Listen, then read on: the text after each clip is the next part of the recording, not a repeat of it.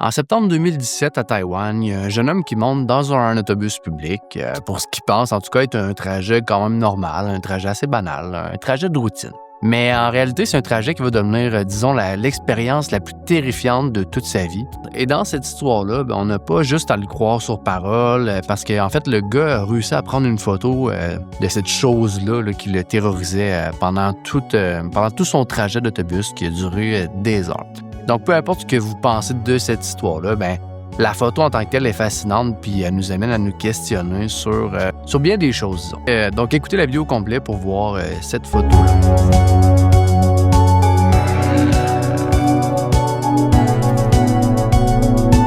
Salut, c'est Alex Black. Si vous aimez les histoires qui font froid dans le dos, vous êtes au bon endroit parce que c'est ce que j'essaie de raconter le plus souvent ici. Bon, c'est parti.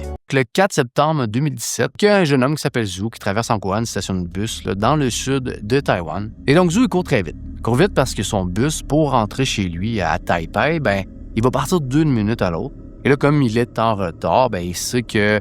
en fait, il se dit que le bus va probablement être bondé de monde. Et donc là, il commence un peu à paniquer. Et puisqu'il va y avoir beaucoup de monde, il va avoir une place horrible, pris dans un coin, quelque part. Une place mauvaise. Et là, donc, Zhu, il continue de courir aussi vite qu'il peut. Et là, finalement, il voit son autobus qui est là, qui l'attend. Le bus est garé à côté du trottoir, à l'extérieur de la station, évidemment, pas à l'intérieur. Là, Zhu, il court jusqu'au bus, il est complètement essoufflé, mais il est content au moins de ne pas avoir manqué son bus. Donc, le chauffeur, remarque que Zhu, il est là, il est debout, il est devant le bus, il attend, il est essoufflé, il est en sueur. Là, en le voyant, il ouvre les portes de l'autobus et Zhu monte à bord. Il donne son billet d'autobus au chauffeur et le chauffeur lui dit OK, installez-vous. Et là, Zhu il se retourne, il commence à marcher dans l'allée. Et là, Zhu il réalise pas tout de suite qu'il y a quelque chose qui cloche dans cet autobus-là. C'est une bus qui prend souvent, c'est une autre qui prend tout le temps. Et comme on se rappelle, il s'attendait à ce que l'autobus se bondait de monde. Mais là, en marchant dans l'allée, au fur et à mesure qu'il cherche un banc, il réalise qu'en fait, il est le seul passager dans l'autobus au complet. Littéralement tout seul. Il n'y a personne. À ce moment-là, il y a juste Zhu et le chauffeur de l'autobus. Donc, pendant une seconde, Zhu se dit que peut-être qu'il a fait une erreur, c'est peut-être pas le bon autobus parce que d'habitude, c'est bondé de monde. Là, il regarde sa montre, il valide que c'est bien la bonne heure. Il a tellement pris l'autobus souvent que c'est évident, c'est son autobus. C'est juste que il est tout seul, il n'y a personne. Mais il est quand même un peu douteux parce que d'habitude, c'est bondé de monde. Et donc là, il se demande s'il ne devrait pas aller demander au chauffeur est-ce que je suis dans le bon autobus. Mais là, le chauffeur, il ferme les portes, puis il se met à démarrer, puis il s'en va. Là, Zhu, il se dit c'est le destin. Je suppose que peut-être c'est juste mon tour de chance, c'est peut-être pour ça qu'il n'y a personne. La chance, tout simplement. Zhu décide de s'installer à l'avant du bus. Et après s'être assis, après s'être installé, il reste là, il regarde par la fenêtre là, pendant que le chauffeur, tranquillement, s'insère dans la circulation, finit par trouver l'autoroute. Et là, pendant qu'il roule, lui et le chauffeur tranquillement, c'est comme s'il se sentait vraiment bien. Un peu l'impression d'avoir un trajet privé juste pour lui, comme un genre de chauffeur VIP dans un autobus, j'imagine, assez confortable. Un trajet complètement privé. Et on comprend, c'est pas un trajet de bus là, qui est vraiment court. Au contraire, là, c'est un trajet quand même de 6 heures. 6 heures complètes. Donc, l'idée d'avoir la paix, d'avoir le calme pendant tout le temps de sa ride d'autobus, pour lui, c'est pratiquement du luxe. Mais c'est assez inattendu en même temps. Donc, Zhu, à ce moment-là, il passe un moment merveilleux, il vit sa meilleure vie, il est bien, il profite vraiment du moment. Il profite de tout ça, il profite de la chance d'être tout seul dans l'autobus. Et là, tout à coup, il entend une femme tousser derrière lui. Et là, gardez en tête, quand Zhu rentrait dans l'autobus, il n'y avait personne. Il a scanné de fond en comble. Il était seul avec le chauffeur d'autobus. Mais là, tout d'un coup, il entend une femme derrière lui qui se met à tousser. Et là, évidemment, en se rappelant, je suis supposé être tout seul. Elle tourne la tête un peu en panique en se demandant, ça vient de où ce bruit-là? Il n'y a toujours pas quelqu'un qui est apparu. Peut-être qu'il y avait quelqu'un couché par terre. Bref, c'est une question légitime à se poser dans ce contexte-là. Il se dit, peut-être qu'il y a quelqu'un d'autre dans le bus que j'ai pas vu. Là, quand il regarde derrière lui, il se lève, il regarde un petit peu partout. Il n'y a personne du tout. Il n'y a pas, même pas une petite bosse ou un bout de tête ou quoi que ce soit. Là, Zhu, disons qu'assez rapidement, il commence un peu à se dire que, ce qu'il a entendu, c'est peut-être juste une fenêtre mal fermée, c'est peut-être un bruit de moteur, un bruit de mécanique, peu importe. Il y a forcément une explication. Puis il dit aussi, peut-être que c'était pas nécessairement derrière moi, peut-être qu'en réalité, c'est le chauffeur qui a touché, puis bref, avec l'écho de l'autobus, il a cru que c'était derrière lui. Parce que Zou s'est dit, c'était sûrement pas une femme qui toussait en arrière de moi parce que, je suis tout seul dans l'autobus. Il n'y a pas de femme. Donc, il peut pas avoir une femme qui tousse derrière moi. Alors, assez rapidement, Zou se convainc lui-même que c'est juste une anomalie. C'est rien d'inquiétant. Mais là, il recommence à vivre son trajet, recommence à se détendre, à profiter de ce beau trajet paisible. Un trajet vraiment paisible. Après un certain temps, il commence à s'endormir. Et là, quelques heures plus tard, Zou se réveille parce que Dieu sait que dormir assis, c'est pas nécessairement ce qu'il y a de plus confortable. Et là, pendant qu'il se réveille, il est un petit peu dans le flou. Comme quand on se réveille, on est encore un peu endormi. Et à ce moment-là, il fait noir, il est plus tard. Et là, il regarde sa montre et il réalise qu'il se dit, on est environ à mi-chemin. On a quand même fait approximativement, peut-être 3 heures. Donc, à ce moment-là, il se dit, ça va passer vite. Et là, il regarde son cellulaire et il voit un message texte d'un de ses amis. L'ami avec qui, en fait, il était avant de monter dans l'autobus, un ami qu'il était allé visiter. Il demande à son ami, comment se passe le trajet, ça va. Et là, Zou répond, tu me croiras pas, je suis tout seul dans l'autobus, j'ai l'autobus pour moi tout seul. Et là, son ami, connaît la route, connaît le trajet, sait à quel point ce trajet-là est toujours bondé de monde, lui aussi. Et là, lui répond, c'est impossible, ce bus-là, il est toujours plein, il est jamais vide. Je veux que tu m'envoies une preuve, je te crois pas. Et là, il prend son téléphone cellulaire, il fait juste prendre une photo de l'arrière du bus. Avant de l'envoyer, il regarde la photo, comme on fait tous la plupart du temps, pour voir si ça vaut la peine d'être envoyé. Et là, quand il regarde la photo, quand même assez granuleuse. Et on se rappelle, il n'y a pas de lumière dans le bus. Puis sur son téléphone, il n'y a pas le flash. Donc là, Zou, faut savoir, c'est un photographe semi-professionnel. C'est important de noter ça parce que là, il va sortir un appareil photo numérique. Appareil photo numérique là, de bonne qualité. Et là, avec cet appareil-là, il se retourne, puis là, il prend une photo. Mais quand Zou regarde la photo qu'il vient de prendre, là, il se dit qu'il y a quelque chose qui va pas avec cette photo-là. Forcément, il y a quelque chose qui cloche. Vraiment. Et là, il zoome avec son appareil photo sur la photo. Et là, il n'arrive pas à croire ce qu'il est en train de regarder. Il peut juste pas le croire. Là, il vérifie les réglages de son appareil photo. Il vérifie que l'objectif est bien enclenché. Il essaie de s'assurer que tout fonctionne bien avec son appareil photo. Il gosse avec, il se rend compte que l'appareil photo fonctionne bien. Il ne semble pas avoir rien de défectueux sur l'appareil photo. Tout marche parfaitement.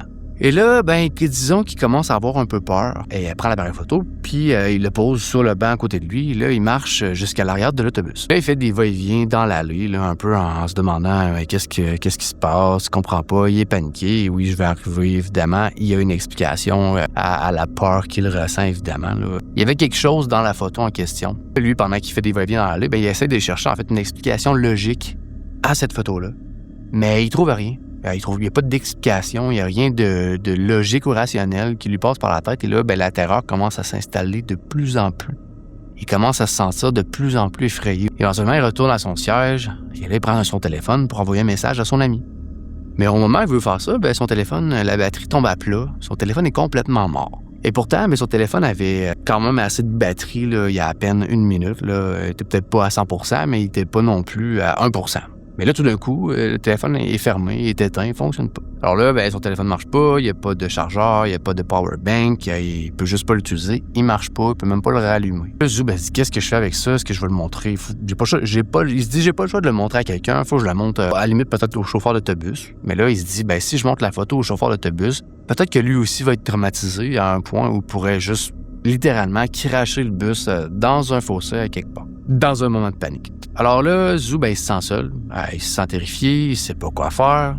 Et là, il prend son appareil photo, qui à ce moment-là, pour lui, qui est pratiquement maudit, et il le met à côté de lui, sur le banc. Et là, il s'assoit, puis sa réaction, en fait, c'est juste de fermer les yeux et de se mettre à faire une genre de prière en silence. Une genre de prière où il demande, il supplie de pouvoir descendre de cet autobus-là, de pouvoir arriver à sa destination sain et sauf. Mais pendant qu'il fait ça, pendant qu'il fait sa prière, pendant qu'il supplie d'arriver sain et sauf, il commence à entendre des chuchotements derrière lui. Pas juste une personne, plusieurs personnes. Un peu comme si plusieurs personnes étaient en train de chuchoter derrière lui, tout près de ses oreilles. Plusieurs voix. Évidemment, comme n'importe qui dans sa situation, là, il se retourne, il regarde partout, il panique, il se demande d'où ça vient, quand il commence à penser qu'il est peut-être en train de perdre la tête complètement. Et on comprend, la peur fait juste augmenter de plus en plus là, à l'intérieur de lui. Elle était à son apogée. Là, il se décide, en fait, il est déterminé à ce moment-là. La seule chose à faire, c'est de prier.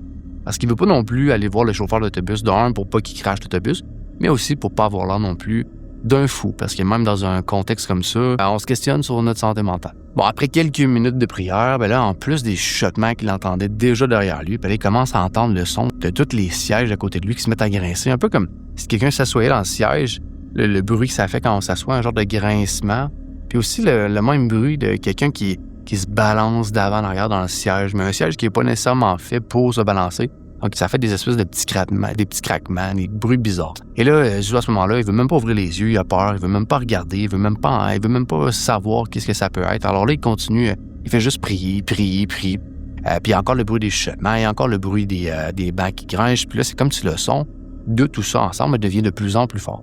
Là, finalement, Zou, il se dit, bon, moi, je peux pas rester là à prier jusqu'à la fin du trajet. Il se dit, je vais aller voir le chauffeur d'autobus. J'ai pas le choix de lui dire. En espérant que peut-être le chauffeur, lui aussi, il entend les mêmes choses que lui. Et là, ça lui confirmerait au moins qu'il n'est pas en train de perdre la tête complètement, qu'il n'est pas en train de devenir fou. Mais quand il se tasse dans l'allée pour regarder le chauffeur, voir si le chauffeur semble entendre un bruit lui aussi, le chauffeur a l'air à complètement s'en foutre. Le chauffeur fait juste regarder la route devant lui, conduit paisiblement, complètement inconscient de ce qui est en train de se passer à l'intérieur du bus, s'il y a réellement quelque chose qui est en train de se passer. Donc là, Zou, il se sent vraiment seul, il se sent horrifié, puis il n'a aucune idée de quoi faire. Là, les bruits qu'il entend, arrêtent même pas. Au contraire, ça semble juste augmenter. Là, finalement, Zou se dit, j'ai rien d'autre à faire. Il se met à boucher ses oreilles, tout simplement. Et il se recrevait en petite boule, continue à prier. Et là, il prie. Et pendant tout le reste du trajet, on parle d'environ peut-être 2-3 heures là, complètes, là, jusqu'à temps que l'autobus soit finalement arrivé à destination. Là, quand le bus s'arrête, Zou ouvre les yeux, il se débouche les oreilles, puis il se lève tranquillement, sort de son siège pour regarder. Il s'attend en faisant ça à entendre tous les mêmes chuchotements qu'au début, les sons de sièges qui grincent. Mais là, tout d'un coup, le bus est complètement silencieux, il n'y a aucun bruit. C'est même redevenu normal, disons. Normal, mais il vivait quand même de la terreur à ce moment-là. Le chauffeur, lui, est en train de faire sa routine, ses espèces de procédures pour quand il est arrivé à destination. Là, à ce moment-là, ils sont arrivés à destination. Le Zou, même s'il a encore peur, se sent quand même assez soulagé parce qu'au moins, il est arrivé sain et sauf. Et disons qu'il a hâte de descendre du bus. Il peut juste sortir et veut sacrer son camp. Le Zou, attrape ses affaires, attrape son appareil photo, son téléphone qui n'a plus de batterie, met ça dans son sac à dos. Et là, il quitte l'autobus là, aussi vite qu'il peut. Et pendant qu'il est en train de se diriger pour sortir de l'autobus et descendre par les petits escaliers, le chauffeur, il l'arrête, met sa main sur son épaule, parce qu'il voit que Zou, lui, a pas l'air super bien. En fait, il a même l'air horrible. Il est en sueur, il a la peau rouge. Et là, le chauffeur, il lui demande, est-ce que ça va? As-tu besoin d'aide? Et là, Zou, il était sur le point de dire, non, tout va bien, pour pouvoir déguerpir le plus vite possible, juste descendre du bus. Mais là, il se dit, j'ai aucune explication pour ce qui vient de m'arriver. C'était terrifiant, c'était horrifiant. Je sais pas ce que c'était. Et j'ai pris cette fameuse photo que je suis pas capable d'expliquer. Et évidemment, cette photo-là était définitivement connectée à tous les bruits qu'il venait d'entendre. Là, maintenant que le bus est arrêté, il se dit, il n'y a pas de risque à montrer la photo au chauffeur. Il peut pas vraiment nous cracher dans un fossé en plein milieu de l'autoroute parce que, on est arrêté et on est arrivé à destination. Et là, Zou se dit, je vais peut-être passer complètement pour un fou en montrant cette photo-là au chauffeur et en lui expliquant tout ça. Mais au moins, je veux savoir ce qu'il en pense. Je veux savoir si je suis pas fou complètement. Et là, Zou dit, en fait, je sais pas trop comment vous expliquer ce que j'ai vu, je sais pas comment expliquer ce qui s'est passé, mais je vais vous montrer quelque chose et vous me direz tout simplement ce que vous en pensez. Et là, il ouvre son sac à dos, prend son appareil photo, navigue dans ses photos et prend la photo en question et la montre au chauffeur. Et là, pendant que le chauffeur regarde la photo, il prend l'appareil photo, il regarde, il est pas vraiment sûr, on dirait, de qu'est-ce qu'il doit chercher. Il regarde la photo, il n'y a aucune expression. Le Zou, met ses mains sur l'écran tactile et zoome sur la moitié supérieure de la photo. Et il agrandit le plafond arrière du bus. Et là, on peut y voir quelque chose d'assez horrifiant. En fait, on y voit une espèce de bras quand même assez énorme, une genre de main qui sort complètement du plafond. Un peu comme si la main essayait de tendre vers le bas dans l'autobus. Main qui essaie d'aller chercher quelque chose. Un bras qui descend du plafond, tout simplement. Là, pendant que le chauffeur regarde ça, parce qu'on voit clairement sur la photo qu'il y a le bras, le chauffeur étudie le bras, regarde la main, et là, il voit que le chauffeur dit rien, il réagit pas. Il Zou, il peut pas s'empêcher de parler. Il dit, j'ai pensé pendant une seconde que peut-être que c'était moi, peut-être que c'était mon reflet dans le plafond, dans le miroir. Quelque chose du genre, aussi banal que ça. Mais il se rappelle en fait qu'il tenait l'appareil photo dans ses mains quand il a pris la photo avec ses 2 mains. Donc, ça ferait aucun sens qu'il y ait un bras qui pende tout simplement dans le vide à partir du plafond. Et si c'était vraiment ses bras, bon, on aurait vu l'appareil photo, qui n'est pas là. Après ça, il s'est dit... J'ai pensé aussi que c'était peut-être tout simplement votre bras à l'avant. Mais c'est dit d'une manière ou d'une autre, peut-être que c'était les bras du chauffeur d'autobus sur le volant. Peut-être que ça donnait l'impression qu'il essayait de tendre la main vers le bas. Mais en même temps, il se dit, si c'était le bras du chauffeur, on verrait nécessairement le volant de l'autobus. Donc, je comprends pas comment il peut avoir un bras qui a rien dans la main et qui descend du plafond. Disons que c'est des explications un peu nébuleuses qui font pas de sens vraiment. Zou dit au chauffeur qu'en plus de la photo quand même assez épeurante qui est en train de lui monter. Il dit qu'en plus de cette photo-là, en plus du bras fantôme qui sort du plafond, il y a aussi eu, pendant tout le trajet, des espèces de chuchotements bizarres, le bruit des bancs qui bougent, puis ça a duré tout le trajet au complet. Il explique ça au chauffeur, il lui dit à quel point il avait peur, à quel point il était recroquevillé, il essaie de prier. Zou s'attend à ce que le chauffeur ait quand même une assez grosse réaction en entendant tout ça, parce que c'est... Je sais pas pour lui, mais c'est quand même une grosse nouvelle de se faire dire que notre autobus est hanté. Une très grosse nouvelle, même. Mais le chauffeur, il prend l'appareil photo, il le tend à Zou.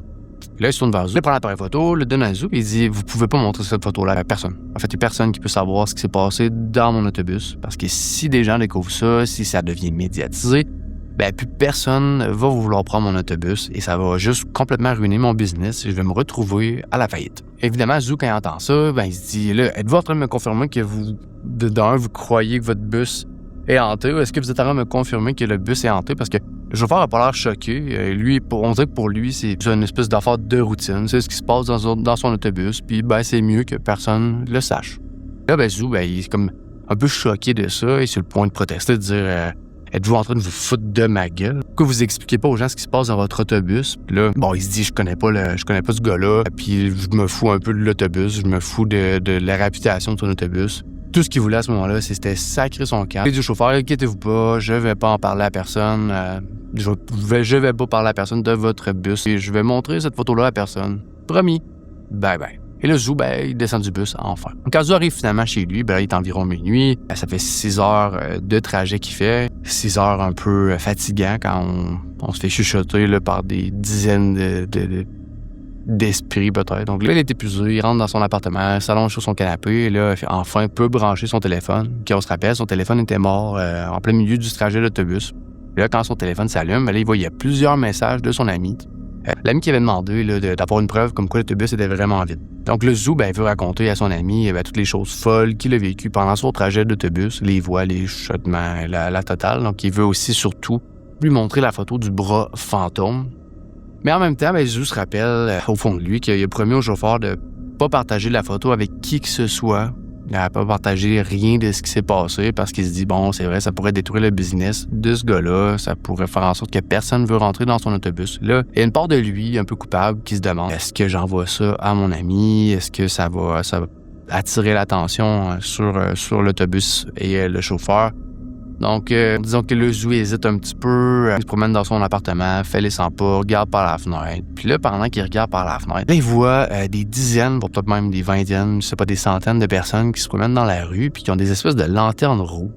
Des grosses lanternes rouges bizarres, plus soudain. C'est comme s'il y a un déclic qui se fait dans la tête de Zou et il comprend. Ce qu'il faut comprendre, c'est que c'est le 5 septembre. Ce qui est assez important dans l'histoire parce que, disons que ça marque un peu le 5 septembre, ça marque le début d'un grand événement à Taïwan, un événement qui est appelé le Festival des fantômes affamés. Vous voyez un peu le genre, c'est des gens que Zou voit dehors, qui marchent avec ces lanternes rouges-là, qui, évidemment, participent à cet événement-là.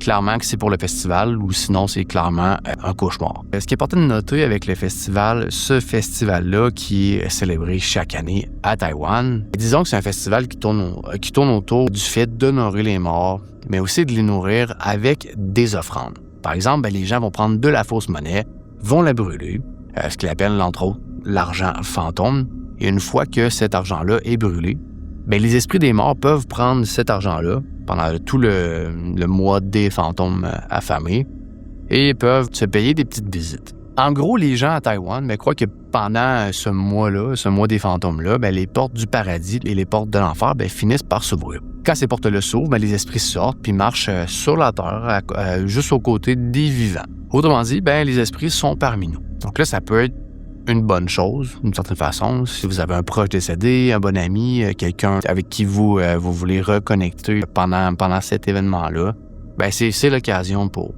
Mais ça peut aussi être une mauvaise chose parce que ben, des fois, on sait il y a des esprits qui sont mauvais, des esprits en colère. Et ces esprits-là, ben, c'est ceux-là qui émergent de l'enfer et non pas du paradis. Donc, ces esprits-là, ben, sont là pour semer le chaos, sont là pour faire peur aux vivants, et c'est eux qui causent des problèmes assez majeurs. Zou réalise que cette journée-là, le 5 septembre, ben, c'est le début de ce festival-là, le festival des fantômes affamés. Là, il réalise, la veille, du moins quelques heures plus tôt, quand il était dans l'autobus, ben, là, il comprend pourquoi le bus était complètement vide. Il y avait une explication rationnelle ou pas rationnelle à ça. Parce qu'il y a une superstition à Taïwan que le 4 septembre, ça c'est le jour avant le festival, ben c'est le jour où tous les esprits en question ben, voyagent autour du globe. Évidemment, ils ne voyagent pas juste à Taïwan, ils voyagent partout sur la planète. Et là, la croyance veut que ben, ce jour-là, le jour du 4 septembre, ben, c'est le jour le plus dangereux pour les vivants d'être dehors. Parce que la dernière chose que vous voulez, ben, c'est rentrer par accident, mettons, en contact avec un des esprits maléfiques là, qui est sorti directement de l'enfer. Donc, personne ne prend de chance à Taïwan, personne ne voyage le 4 septembre, littéralement, tout le monde reste chez eux. Mais Zou, lui, il avait juste oublié ce détail-là parce que c'est pas nécessairement une croyance que tout le monde partageait, ou du moins était nécessairement là, tant superstitieux. Lui, il s'était tout simplement dit qu'il avait eu quand même beaucoup de chance d'arriver et d'avoir un bus qui était vide. Il pensait que c'était littéralement juste ça, de la chance, en fait. Puis là, pendant que Zou réfléchit à ça, il commence à faire du sens de tout ce qui est arrivé. Là, il se dit, tous les trucs bizarres que j'ai entendus, les chuchotements, les bancs qui grincent, le bras fantôme qui sort du plafond que j'ai réussi à en prendre en photo, là, il se dit, est-ce que c'est un signe que peut-être je suis rentré en contact avec un esprit maléfique? Est-ce que là, il se demande est-ce qu'il est en danger? Est-ce que cet esprit-là, vu qu'il y a comme une connexion quelconque, va le suivre? Est-ce que cet esprit-là va le hanter? Il sait pas, il peut pas savoir, mais là, il se dit, clairement, j'ai fait quelque chose que je n'étais pas censé faire, j'avais pas à être là. Maintenant, il est en train de paniquer, se demander à quel point il va payer les conséquences pour ça. Il y a un flash, il se dit, je me fous complètement d'avoir fait une promesse au chauffeur d'autobus, là, comme quoi, j'allais pas révéler cette photo-là, j'allais pas révéler ce qui s'est passé dans l'autobus. Il se dit, parce que là, c'est mon problème, si cet esprit-là veut s'en prendre à moi, je suis dans la merde. Et là, il se dit de la merde et il décide qu'il va envoyer cette photo-là à son ami. Il va lui raconter tout ce qu'il a vécu dans le bus pour voir est-ce que son ami partage ses inquiétudes ou quoi que ce soit. Donc là, il finit par envoyer un message à son ami. Il envoie la photo à son ami, puis son ami, évidemment, lui répond que c'est horrible, que ça fait peur, que c'est complètement flippant. Évidemment, voir le bras qui descend du plafond, là, c'est horrifiant pour n'importe qui. Vous l'avez vu dans la photo vous-même. C'est pas quelque chose qu'on prend en photo par accident puis qu'on oublie assez vite. Donc là, son ami, il sait pas quoi penser de ça. Une partie de lui qui est en accord là, que peut-être qu'il y a un lien avec le Festival des fantômes affamés. On se rappelle, oui, ça a commencé le jour où tu étais dans l'autobus, qui semble pas être une bonne idée du tout. Peut-être que tu es rentré en contact avec un esprit maléfique là, pendant ton trajet d'autobus. Mais son ami, au lieu de lui faire encore plus peur, essaie de lui donner des conseils sur comment est-ce qu'il pourrait gérer ça. Il disait à son ami de prendre la photo et la poster sur Facebook. Donc là, ça semble bizarre comme idée, là, mais donc à Taïwan, il y a une certaine croyance là, que si vous avez de la malchance, la meilleure façon de gérer cette malchance-là, c'est comme de la diluer en la distribuant au plus de personnes possible. Donc ça finit par faire disparaître la malchance ou le côté maléfique. Un peu le même principe qu'on voyait des fois dans des emails ou des courriels où il fallait transférer à quelqu'un si on ne voulait pas garder la malédiction. Donc, c'est le même principe, la même logique, mais via Facebook. Et quand je fais référence à ces fameux emails, c'est genre, fait suivre ces emails à 5 personnes, sinon, vous aurez de la malchance. Et il y a beaucoup d'entre nous qui y croyaient un peu. C'est un peu ça l'idée de son ami. Partage la photo à tout le monde sur Facebook. En même temps, l'ami de Zou, il se dit, il n'est pas nécessairement une question de malchance dans l'histoire. Là. C'est pas vraiment tout à fait la même affaire, mais il se dit quand même que s'il partage ça avec le monde, peut-être que ça va diluer la connexion qu'il a eue avec l'esprit en question. Peut-être que ça va réduire le pouvoir que le fantôme a sur lui. Donc il se dit, ça vaut le coup d'essayer si jamais tu as vraiment des doutes ou tu es vraiment superstitieux. Zou publie la photo sur Facebook. Et évidemment, elle devient virale assez rapidement, pratiquement immédiatement. Là. Quelques heures après, il y a déjà des millions de personnes qui voient cette photo-là. C'était avant l'arrivée de l'intelligence artificielle, donc disons que c'était plus difficile à photoshopper ou à modifier versus aujourd'hui. On ne sait plus trop qu'est-ce qui est vrai ou pas. C'est même banal de voir des photos de monstres ou d'esprits ou peu importe, parce que pour moi, je ne sais plus faire la différence entre ce qui est vrai et ce qui est faux. Bref. Donc, ce qu'il voulait, c'était une dilution maximale en publiant la photo pour que le plus de personnes possible la voient. Ce qui a évidemment fonctionné. Et tous les gens qui ont vu cette photo-là ont eu la même réaction, une réaction de peur, d'incompréhension, tout le monde essaie de trouver la logique scientifique derrière ça. Mais pour Zou, la bonne nouvelle, c'est inquiète-toi pas, clairement, c'est dilué, c'est ce que tu voulais. Le problème, c'est qu'en publiant la photo et en lisant tous les commentaires, les gens, au lieu de dire « oui, c'est dilué », ce qu'ils voyaient dans les commentaires, c'était plutôt l'inverse. En fait, tout le monde disait que cet esprit-là allait vouloir se venger parce qu'il l'avait mis sur Facebook. Et ça a fait, disons que ça l'a encore plus effrayé. Et évidemment, a décidé de supprimer cette photo-là, de mettre son Facebook privé, puis de rester le plus loin possible des réseaux sociaux. Et là, il s'est dit que, peut-être en faisant rien, en se mêlant de ses affaires, en s'occupant de ses choses, peut-être que il va bien aller, peut-être qu'il va être OK de toute façon. Et après quelques jours, rien s'est passé, puis finalement, il s'est dit, ça va, il n'y a pas de fantôme, peut-être que j'ai réussi à m'en sortir au final. Exactement une semaine après que Zou soit descendu de l'autobus, donc à ce moment-là, on tombe le 11 septembre. Là, Zou est chez lui, il est allongé sur son divan, il continue un peu de penser de temps en temps à ce qui s'est passé dans l'autobus. Il est de retour sur les réseaux sociaux parce que, Dieu sait que personne ne peut s'éloigner des réseaux sociaux trop longtemps, c'est comme une drogue. Donc là, il est là en train de défiler sur son Facebook ou son Instagram, peu importe. Il tombe sur un titre de nouvelle assez intéressant à propos d'un accident quand même assez horrible, qui a eu lieu sur l'autoroute, pas loin de où il habite. Là, il voit sur la photo, un autobus, un accident, il y a à peu près 6 personnes là, qui ont été tuées dans l'accident, il y en a 11 autres qui ont été blessés. Donc, c'est ça, c'est un accident horrible. Là, pendant que Zou lit l'article, il fait défiler vers le bas pour voir qu'est-ce qu'il y en est. Il tombe sur une photo du chauffeur de l'autobus qui a fait un accident. Et le chauffeur, disons qu'il est assez amoché, la tête, les cheveux, le couvert de sang. Alors, complètement perdu, il est debout sur l'autoroute, c'est en pleine nuit que tout ça est arrivé. Et là, Zou réalise, en fait, ça le frappe, c'est que le chauffeur du véhicule en question, lui qui est plein de sang, c'était le même chauffeur d'autobus là, qu'il avait eu ce soir du 4 septembre. C'est le même gars, le même chauffeur. Pour lui, ça fait aucun doute. Puis il se dit, c'est-tu le hasard? C'est peut-être une question de timing.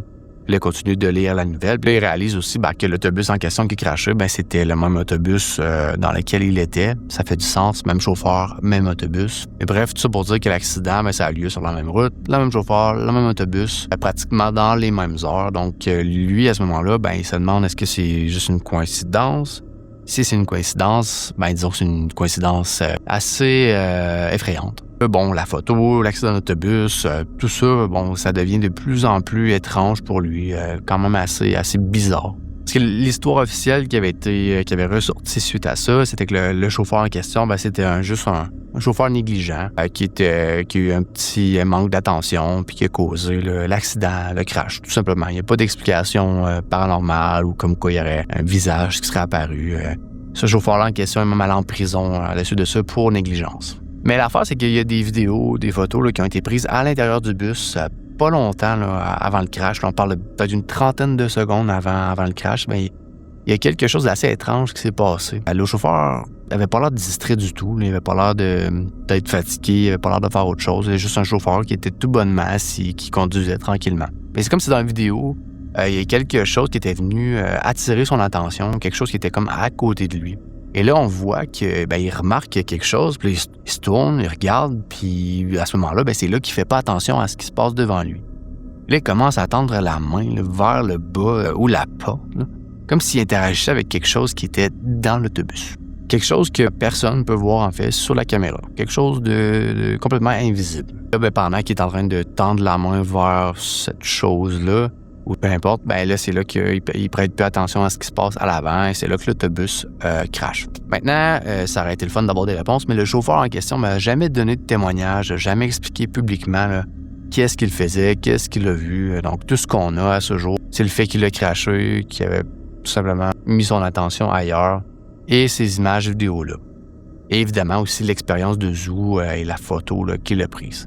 Mais quand on met tout ça ensemble, tous ces éléments-là, ça nous amène quand même à nous poser la question, est-ce qu'il y a une vérité au fond de ça? Est-ce qu'il y avait vraiment un esprit maléfique qui était dans l'autobus? Est-ce que c'est cet esprit-là qui a causé le crash d'autobus? Peut-être que c'est juste une accumulation, une série de coïncidences, là, disons, quand même assez inexplicables. Je suis quand même assez curieux. Vous pensez quoi de cette histoire-là? Est-ce que vous croyez à la thèse de l'esprit fantôme ou tout simplement de la malchance pure et dure? Donc voilà ce qui s'est passé. C'est une histoire quand même assez étrange, assez mystérieuse. C'est quand même assez fou.